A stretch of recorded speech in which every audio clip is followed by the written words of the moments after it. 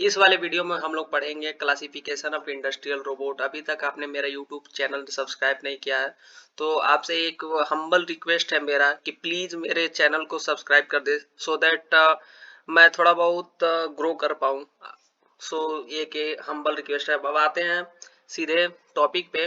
पहला है classification based on geometry. कौन से बेसिस पे हम लोग क्लासिफिकेशन कर रहे हैं, तो एक जियोमेट्री और दूसरा कंट्रोल है। तो पहले हम लोग जियोमेट्री के बेसिस पे जो क्लासिफिकेशन है उसको हम लोग देखेंगे।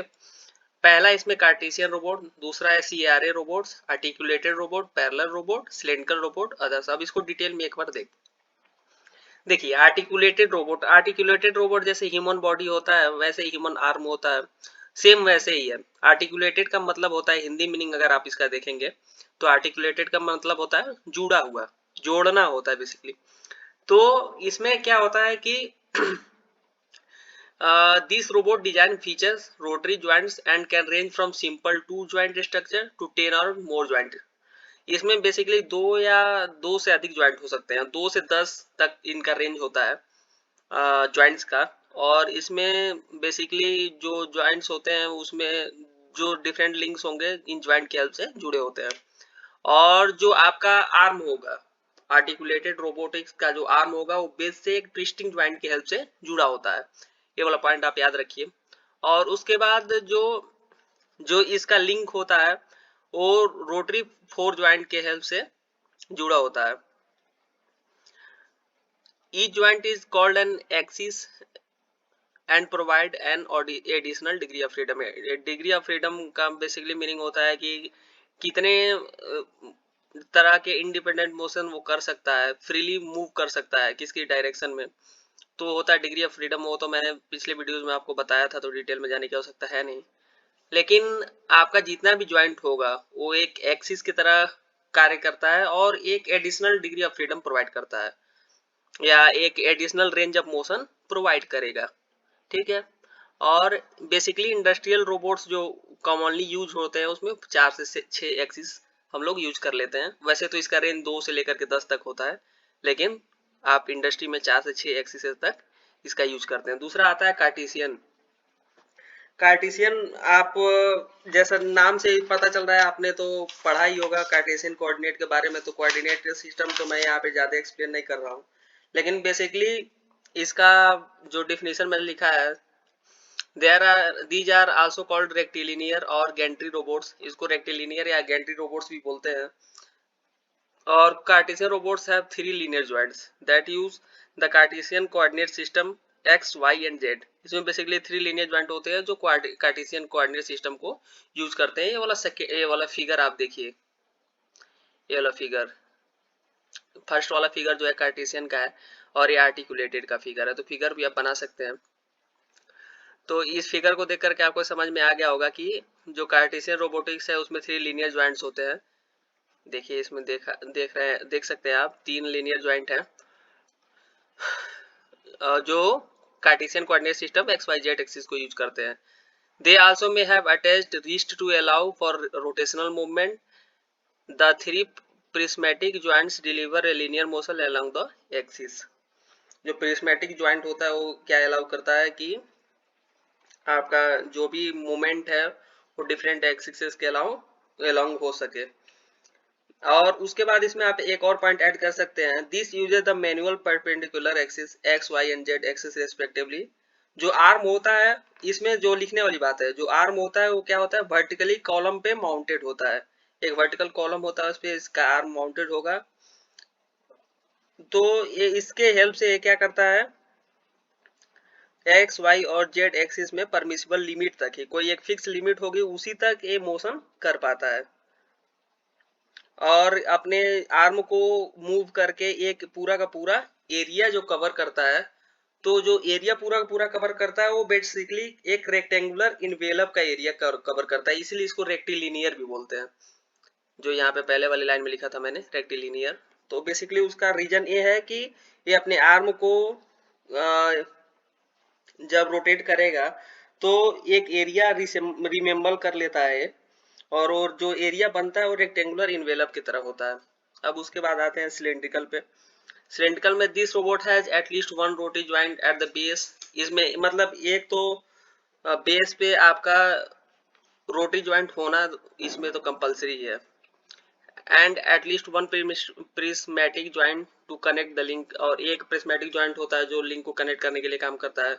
The rotary joint usage A rotational motion along with the joint axis. With the prismatic joint moves in a linear motion, cylindrical robot operate with a cylindrical shaped work envelope. इसमें cylindrical shape का work envelope तैयार होता है। इसमें rectilinear हो रहा था जो मैंने आपको बताया था। तो इसमें आप लोग ये भी लिख सकते हैं कि एक वर्टिकल कॉलम होता है जो स्लाइड कर सकता है, वर्टिकल कॉलम स्लाइड करता है अप एंड डाउन, ठीक है। और along the column up and down जो वर्टिकल कॉलम होता है स्लाइड करता है, और जो रोबोट का आर्म होता है वो रेडियली भी मूव कर सकता है उस कॉलम के रिस्पेक्ट में। एक ये पूरा का पूरा रेडियल मूवमेंट करेगा। उसके बाद आता है polar coordinate system. Polar coordinate system को हम लोग स्फेरिकल भी बोलते हैं, तो ये वाला पॉइंट ऐड कर सकते हैं। इसमें क्या होता है कि एक टेलीस्कोपिक आर्म होता है जिसको हम लोग रीच कर सकते हैं, या लोअर उसको नीचे भी कर सकते हैं, ऊपर कर सकते हैं। हॉरिजेंटल जो कि एक हॉरिजेंटल पायोट होता है उसके अराउंड हम लोग उसको ऊपर कर सकते हैं और नीचे कर सकते हैं। जो पार्टेड आर्म होता है वो बेसिकली माउंटेड होता है, एक रोटेटरी बेस होता है। रोटेटरी बेस पे जो भी आपका पार्टेड आर्म होता है वो माउंटेड होता है, और ये आपको अलाउ करता है कि जो मूवमेंट है रोबोट का वो स्फेरिकल स्पेस में होगा। उसके बाद अब इसमें जो मैंने डिफिनेशन लिखा है वो पढ़ के बता देता हूँ। These are also known as spherical robot, जैसे मैंने बताया था।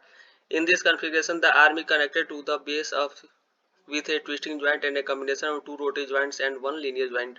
The axis from a polar coordinate system and create a spherical shaped work envelope. इसमें जो वर्क एनवेलप डेवलप होता है वो स्फेरिकल शेप का होता है, SCRA।